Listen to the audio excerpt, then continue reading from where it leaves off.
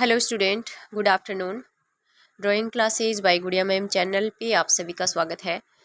अ, कक्षा 12 चित्रकला की बात करते हैं क्योंकि 11 अप्रैल को आपका मेन एग्ज़ाम है। उसके लिए सभी को शुभकामनाएं। बी पॉजिटिव एंड जो 2 दिन शेष बचे हैं उसमें सभी चैप्टर्स की रीडिंग आप लगा लीजिए। एक बार इस वीडियो को आप ज़रूर देखना, इसमें छोटे क्वेश्चन है। और माफ़ी चाहूँगी, मैं 2 दिन बीच में वीडियो नहीं डाल सकी क्योंकि मेरी तबीयत थोड़ी ख़राब थी इसलिए। और बच्चों, मैं आपको ये बता दूं कि ये जो छोटे क्वेश्चन हैं यहाँ और इसी चैप्टर के जो बड़े क्वेश्चन कैसे आएंगे वो मैं 2-3 मिनट का आपको बिना सॉल्यूशन का और एक तरीका बताऊंगी आपको कि जैसे इसमें से जो भी ये दक्षिण शैली वाला है तो इसमें जो गुलेर है, बीजापुर है, अहमदनगर है, ठीक है, सॉरी गुलेर नहीं, गोलकुंडा, ठीक है। तो ये जो 3 स्टाइल हैं, इसकी तीनों स्टाइल की जो फीचर्स हैं, जो विशेषताएं हैं, वो कैसे पूछ सकते हैं। तो कुछ पॉइंट बताऊंगी, अगर वो पॉइंट आप याद कर लोगे तो अगर किसी का भी पूछ ले तो आप तीनों में से किसी का भी पूछ ले तो आप आंसर सही कर सकते हो, ठीक है। तो वो मैं इसके बाद एक और डालूंगी शाम तक, ठीक है। और आज देखिए हम शुरू करते हैं। तो इसमें पहले देखो इसका अंक देखो, 3 क्वेश्चन आएंगे 1/2 के हिसाब से। ये देखिए 3 क्वेश्चन आएंगे 1/2 के हिसाब से, यानी इस चैप्टर के जो क्वेश्चन हैं वो आपको पहले, दूसरे, तीसरे यानी ऑब्जेक्टिव टाइप जो एबेसेडे वाले हैं वहाँ भी मिलेगा। जो फील्ड ब्लैंक रेगिस्तान वाला क्वेश्चन है, 4 क्वेश्चन आएंगे, दूसरे क्वेश्चन में 4 आएंगे, वहाँ भी मिलेगा। और जो 1 लाइनर हैं, 1 लाइन में जिनका जवाब देना है, वहाँ भी तीसरे क्वेश्चन में भी मिलेगा। तो इसके तीनों पहले, दूसरे यानी खंड ए में और तीनों सवालों में इसका आपको मिलेगा एक सवाल, ठीक है। अब देखिए 1.5 का यानी 1.5 अंक का क्वेश्चन आएगा इसमें से। तो वो 1.5 अंक का क्वेश्चन कैसे पूछेंगे वो मैं इसके बाद एक छोटा वीडियो और बनाऊंगी, उसमें डालूंगी क्वेश्चन। अभी हम बात करते हैं 1.5 के जो पूछे जाएंगे, 1/2 के जो पूछे जाएंगे। तो शुरू करते हैं। पहला देखिए, पहला क्वेश्चन है 16वीं शताब्दी के बीजापुर शैली के चित्रों का विश्वकोश तो नुजूम अल उलूम था। क्या था? नुजूम अल उलूम था। ये जो स्टार्टिंग में दक्षिण शैली जो डेवलपमेंट हुई थी उस समय की जो चित्रों का भंडार इसको कह सकते हैं, विश्वकोश इसको कह सकते हैं। तो जो ईयरली पेंटिंग्स जो एग्जाम्पल्स हैं वो इसी के रूप में प्राप्त हुए थे, ठीक है। तो नेक्स्ट क्वेश्चन है, नोरसनामा पुस्तक लिखी किसने लिखी? तो इब्राहिम द्वितीय ने लिखी थी नोरसनामा पुस्तक, ठीक है। इसमें से लास्ट ईयर छोटे क्वेश्चन पूछे हैं, जैसे योगिनी चित्र किस शैली से संबंधित है, ये पूछ लिया था। गुलिस्ता पांडुलिपि को किसने चित्रित किया था, ये पूछ लिया था। इस तरह से छोटे क्वेश्चन पूछे। इसमें से 3 एंड 4 के इसमें से पूछे थे लास्ट ईयर। इस बार 3 एंड 4 के नहीं है क्योंकि 2 चैप्टर हैं वो लास्ट ईयर तो हटे हुए थे, इस बार वो ऐड हैं। एक तो 7 का और एक 1 का। तो ब्लूप्रिंट है वो डिफरेंट था लास्ट ईयर का। तो लास्ट ईयर तो 3 एंड 4 के 3/4 के पूछे थे। जैसे पूछा था एक दीवान या हाफिज जो पांडुलिपि है उसके बारे में संक्षिप्त में पूछ लिया था कि दीवान हाफिज पांडुलिपि क्या है। तारीफ हुसैनसाई जो ग्रंथ है ना उसके बारे में भी पूछ लिया था। समग्र घोड़ा के बारे में पूछ लिया था जो कि बीजापुर से लिखा है, सॉरी गोलकुंडा से लिखा है। समग्र घोड़ा के बारे में बताइए, ये पूछ लिया था, ठीक है। तो हम अभी इन क्वेश्चन की ओर बढ़ते हैं। नुजूम अल उलूम दक्षिण की किस चित्रकला शैली का है? तो बीजापुर शैली का है।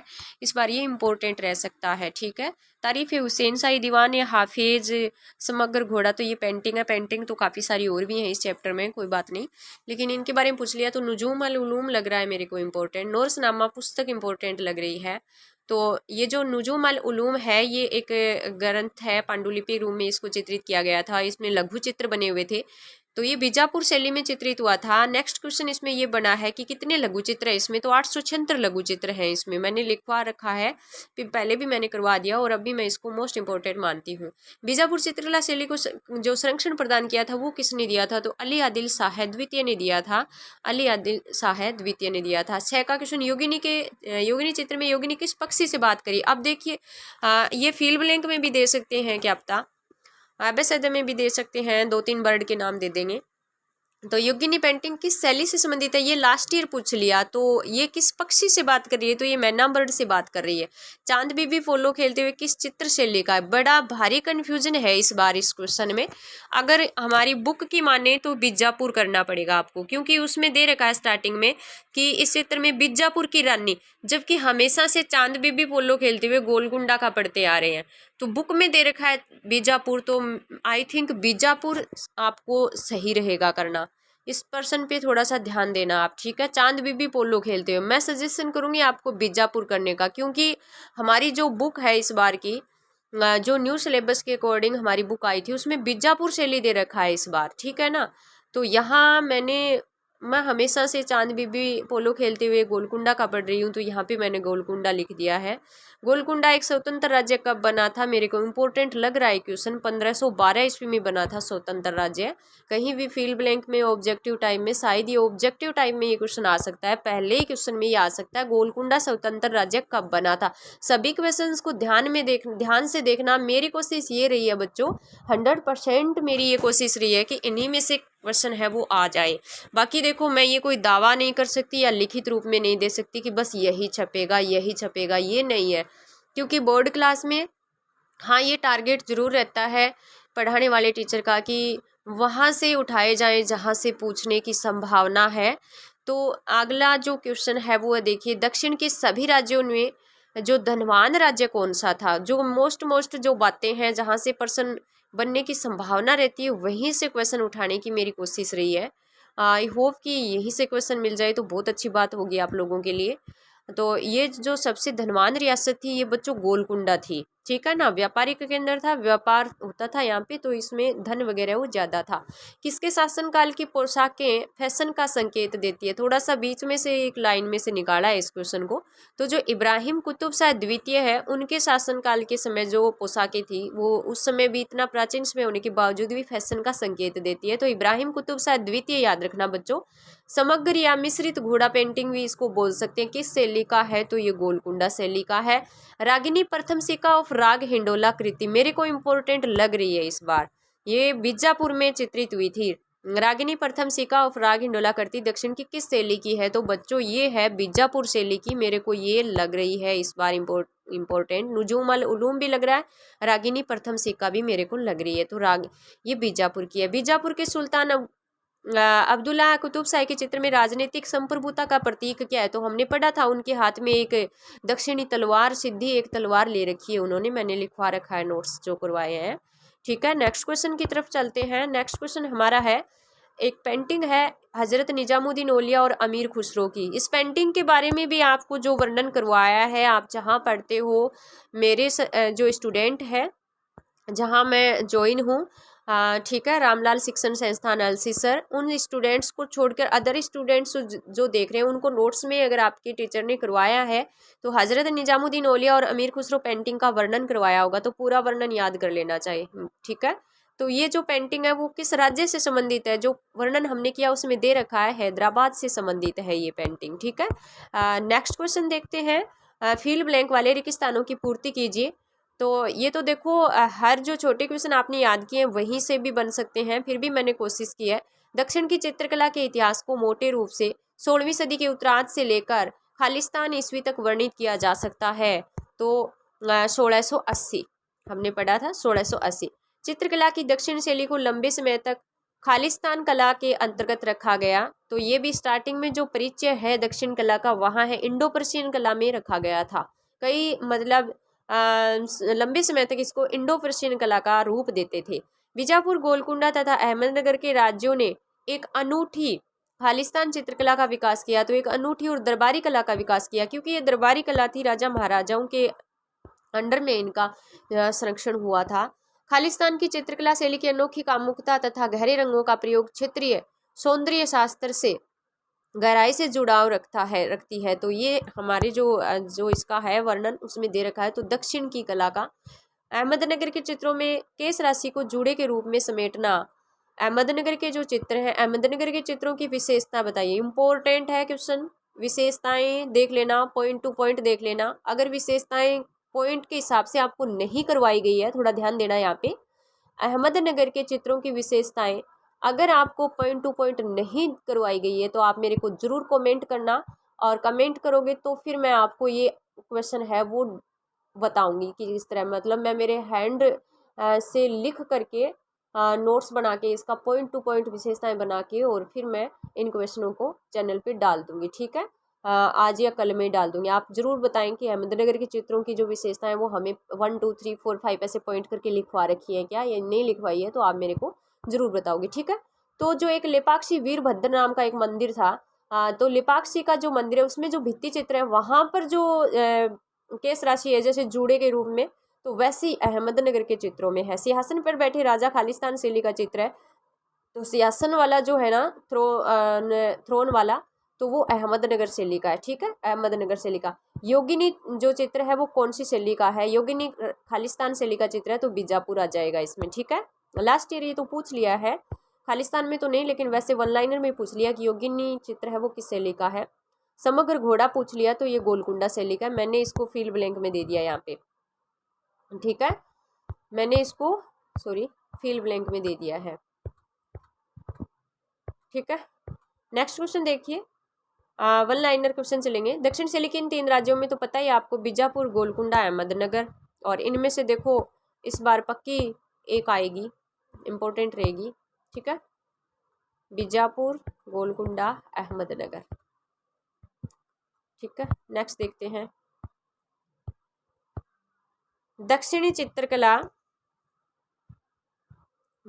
चित्रकला शैली में सर्वाधिक प्रारंभिक उदाहरण किस काव्य ग्रंथ के? मैंने तारीफ हुसैन साई के हैं, तारीफ हुसैन साई, और तारीफ हुसैन साई के बारे में लास्ट ईयर पूछ लिया है। और अगर ये पूछा जाए कि तारीफ हुसैन साई ग्रंथ है वो किसकी प्रशंसा में लिखा गया था, तो यह ग्रंथ है ना वो शासक हुसैन निजाम साहब प्रथम की प्रशंसा में लिखा गया था। यहाँ पे ध्यान करना, हुसैन निजाम साहब फर्स्ट की प्रशंसा में लिखा गया था। अहमदनगर चित्रकला की शैली में स्त्रियों के कौन से वस्त्र उत्तर भारतीय हैं?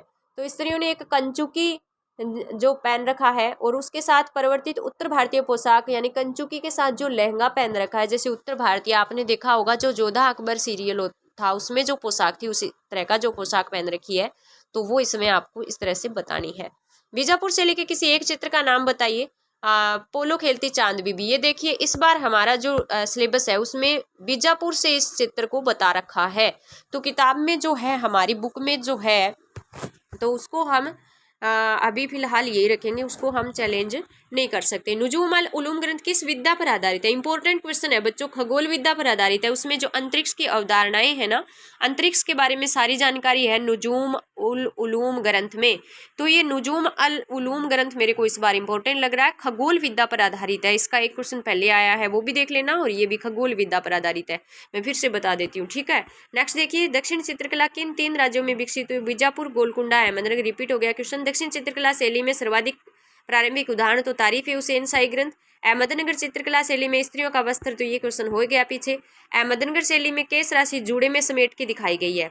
अगर ऐसा पूछे कि अहमदनगर के चित्रों में विशेषताएं बनेगी, ये पॉइंट टू पॉइंट। अहमदनगर शैली में स्त्रियों के जो केस हैं, बाल हैं, किस रूप में है? तो वो जूड़े के रूप में समेटे गए हैं। नेक्स्ट क्वेश्चन देखिए, अहमदनगर शैली में स्त्रियों की केस राशि किन चित्रों से समानता रखती है? पीछे बात हो गई लेपाक्षी के मंदिर है ना, भित्ति मंदिर के चित्रों से। अहमदनगर शैली में 1567 ईस्वी से के गुलिस्तान में पाए गए चित्रों को इतिहासकारों ने कहाँ के कलाकारों के साथ जोड़ा है? तो बुखारा के कलाकारों के साथ जोड़ा है। ठीक है, गुलिस्तान जो पांडुलिपि है उसको किसने चित्रित किया? ये लास्ट ईयर पूछ लिया है बच्चों। पटना की बांकीपुर लाइब्रेरी में संग्रहित एक पांडुलिपि में बुखारा शैली के कितने लघु चित्र हैं? तो 7 लघु चित्र हैं इस पांडुलिपि में। ठीक है, 7 लघु चित्र हैं। 16वीं शताब्दी में के बीजापुर शैली के चित्रों का विश्वकोश, ये देखिए नुजूम अल उलूम का फिर आ गया, तो इस बार मेरे को लग रहा है कि इसमें से आपको क्वेश्चन मिलेंगे। 16वीं शताब्दी के बीजापुर शैली के चित्रों का विश्वकोश कौन सा ग्रंथ है?